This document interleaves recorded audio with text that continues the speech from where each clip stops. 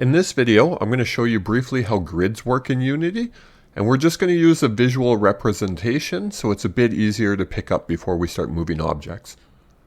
So if we take a look at a grid like this one here, if we put an object right in the center of that grid, this is what's called the origin position of a grid system, and all it means is it's the center. Now when you're working on a grid in 2D, we have two positions. We have an X and a Y, and we display the values like this as a number, comma, number. So what this means is this is the X position, which is 0, and then the Y position, which is 0. Now for the X value, the X is the horizontal axis, which means it's the lines going from left to right or right to left on your screen. So if we look at the bottom here, we have X, and now going from the left to the right, so if we start at 0 and we move to the right, each time we hit a new grid position or a line, we increase that by 1. So you can see here the first line is 1, the second one is 2. And then the reverse is opposite. If we start moving to the left, we decrease in numbers.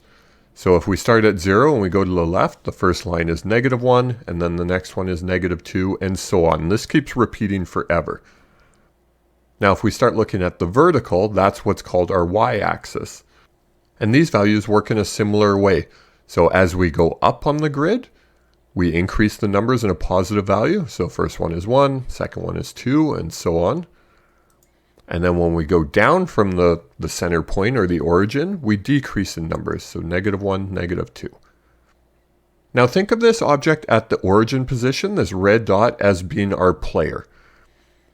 So let's take that player away.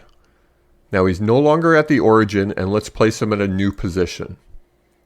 Now if you've never worked with grids before, I would see if you can figure out what this value is going to be for the X and Y before I even show it.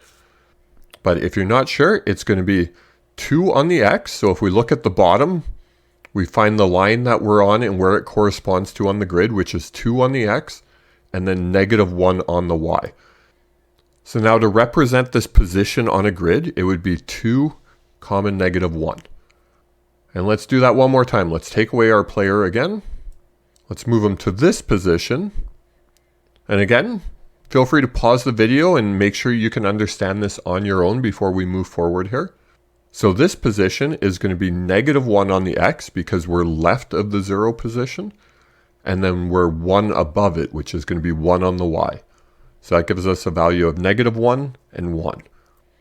Now this is something we're going to be working with non-stop throughout the course. Every object we place is going to have a position on a grid. So this is going to make sense to you very quick if it doesn't, but you can always use this video as a quick little refresher if you need it.